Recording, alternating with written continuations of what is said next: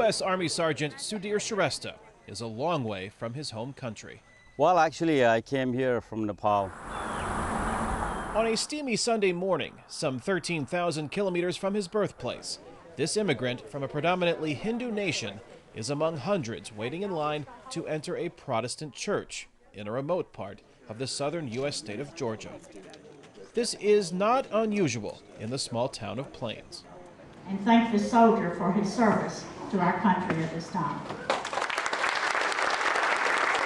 Jan Williams is a member of Maranatha Baptist Church, which might not be the largest of the 8 churches in this town of 776 people, but it is one of the biggest tourist attractions. Sergeant Shrestha was well aware of this before visiting. So I thought, it's a life-changing experience and once-in-a-lifetime opportunity. Maranatha is more than just a church. It is a forum for live history and a moneymaker for the local economy. The reason? Good morning, everybody. Good morning. Maranatha's resident Sunday school teacher also happens to be a former president of the United States. We're going to be studying about the era of Judah. When I teach, Plains prospers. Maranatha Baptist Church has about 150 members on the books. About 25 to 30 of them can be seen here every Sunday. But when President Carter is scheduled to teach Sunday school, you'll rarely find an empty pew inside the church. Isaiah, the great prophet, lived at the same time as this king did. A lot of those people tell me they've never been in a church before in their life, but they just come to hear a politician teach the Bible, and so I enjoy it. Jimmy Carter's faith is a central part of his life, both before he entered the White House in 1977 and after he left.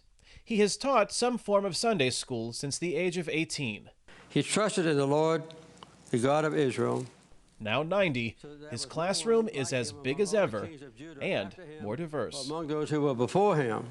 Jan Williams says what they get is more than just a recitation of Bible verses. You get an up-to-date history lesson sometimes. I had never heard of the ISIS until before one of his Sunday school lessons. China has a history that goes back to 6,000 years.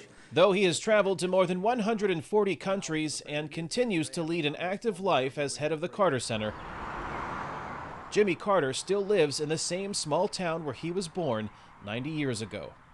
Visitors to Plains not only have a chance to see the place that shaped the man, but the man himself. I just wanted that opportunity to see him in person, not just watch him on TV or read his writings or listen to the news, but actually get a chance to see what he has to say in person, When Sergeant Shrestha visits friends and family in Nepal, he'll have more than just a postcard or souvenir to help illustrate his visit to Plains. He now has a photograph of himself standing next to the former Commander-in-Chief of the United States, in the one place in the world where such a moment is possible. Kane, Farabaugh, VOA News, Plains, Georgia.